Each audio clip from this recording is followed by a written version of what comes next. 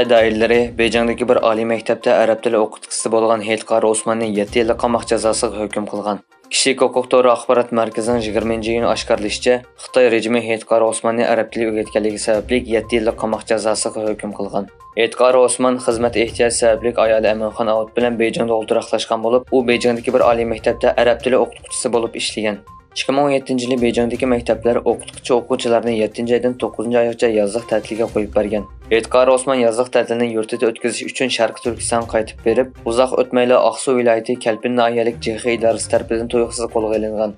Keyin Aqsu viloyatlik taftish mahkamasi uning atalmış davlat belgilagan hukumat amaldorlarining diniga ishonmaslik, masjidlarga kirmaslik va diniga e'tiqod qilmaslik kafolatnomasiga imzo qo'yishni rad qilganligi sababli qo'lga olinganligini uqtirgan. Xalqaro Sharqiy Turkiston Tashkilotlar birligining raisi Hidoyatullo Oğuzxonning yetakchiligidagi bir hay'at 25-iyun yangidan Istanbul valisi bo'lib tayinlangan Davudgul apandini ziyorat qildi.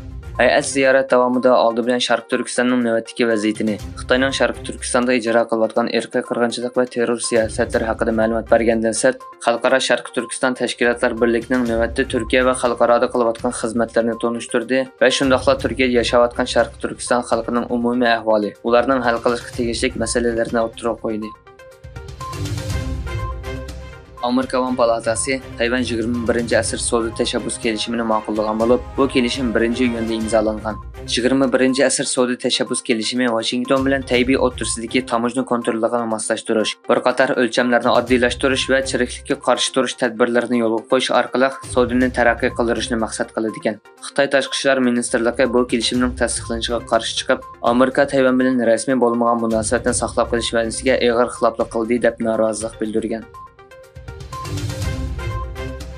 Hafta oxirida Rossiya hukumatiga qarshi qo'zg'alon ko'targan Wagner yollanma askarlar guruhining boshlig'i Yevgeniy Prigojinga qartilgan jinoiy ishlar delosining oxirlashganligi e'lon qilindi. Rossiya Federatsiya bexatarlik idorasi bundan burun e'lon qilgan bayonotida Rossiya hukumatiga qarshi qurolli isyon sababidan Prigojin ustidan jinoiy ishlar delosi ochilganligini bildirgan edi. Rossiya davlat mudofaa ministrligining bayonotiga qaraganda, Wagnerga tabi harbiy aslahalarni Rossiya qurolli qismlariga yetkazish tayyorlik xizmatlari davomlashmoqda. Dunyoning har qaysi joylaridan millionlagan hojirlar Arafat tog'ida ibodat qilayotgan bir kunda Sharqiy Turkiston ichi-sirtidagi barliq qarindoshlardan Qurbon hayit arafasini qizg'in tabriklaymiz.